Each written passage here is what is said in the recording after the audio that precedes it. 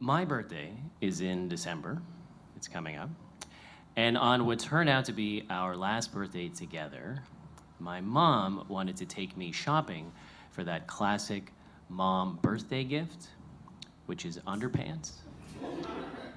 I don't know if everybody's mom does that, but my mom always wanted to make sure I had enough underpants.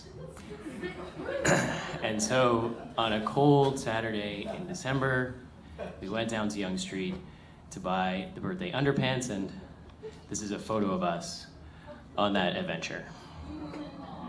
Okay. Now, if the number one thing that my mom is worried about is, do I have enough underpants? The number two thing that she's worried about, not unrelated to underpants, is why don't I have a girlfriend? Now, to put this in context, our family is very independent. I moved out of the house when I was 17, and for most of my adult life, I have lived in a different city, country, or continent from my parents. And we check in maybe once every week, sometimes just by email. All of which is to say that my mom doesn't have a lot of suasion over my life. She can't invite her friends' daughters over for dinner on some absurd pretense, or whatever it is that moms do to make sure their sons don't die alone and childless. But my mom is very creative. And so the strategy that she adopted, it's fair to say, was, I will embarrass you in front of women until you get a girlfriend. I'm not saying it was a great strategy, but this is her strategy. Let me give you an example. When I was in my 20s, my late 20s, I moved from Scarborough, Ontario to New York City to be a lawyer. It was a big deal, small kid making it in the big city.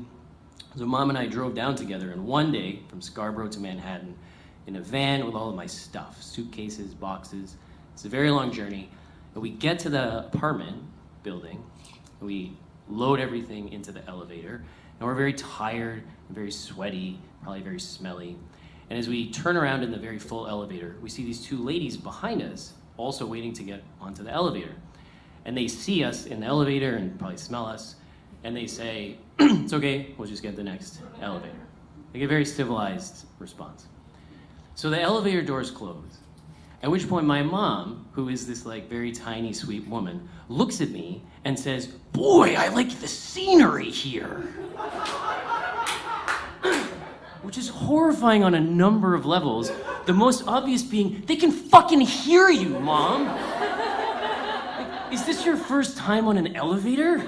It's not an airlock. And of course, the women can also hear me screaming that at my mom, which makes it worse. But at this point, she's kind of recovered herself, and she's smiling with a shit-eating grin on her face. And I could tell what she was thinking, which is if you don't want this to happen, you know what you need to do, right? Put out or shut up.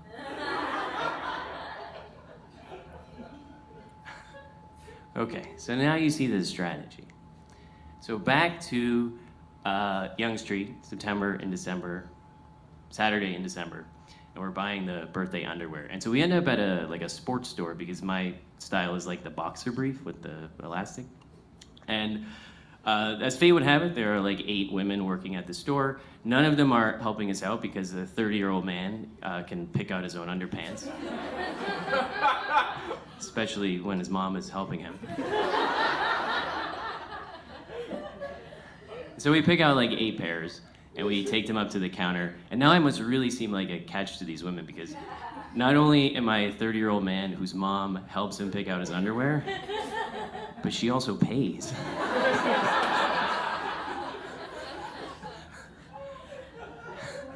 And so we're at the counter paying, and my mom looks over at me, or looks up at me, and she says, apropos of nothing, why do you like such colorful underpants? And I say, I just do, I don't know, I like that. And my mom says, the only person who's gonna see that is your girlfriend, which you don't even have. And of course, all the women just burst out laughing, and everybody thinks this is just hilarious. And I'm just like, can we just pay for the underpants?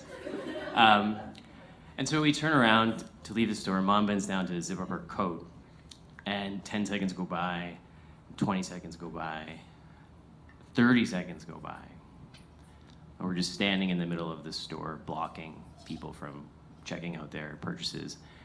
And like 45 seconds go by, and Mom still hasn't stood up. So I take a knee, and she's crying. And she's crying because her hands are shaking so bad that she can't zip up her coat. As a side effect of all the treatment that she was under. And so I zip up her coat, and I wipe the tears off her face, and I take her out into the sidewalk, and I give her a big hug until she stops crying. And that is when we took this picture. Thank you.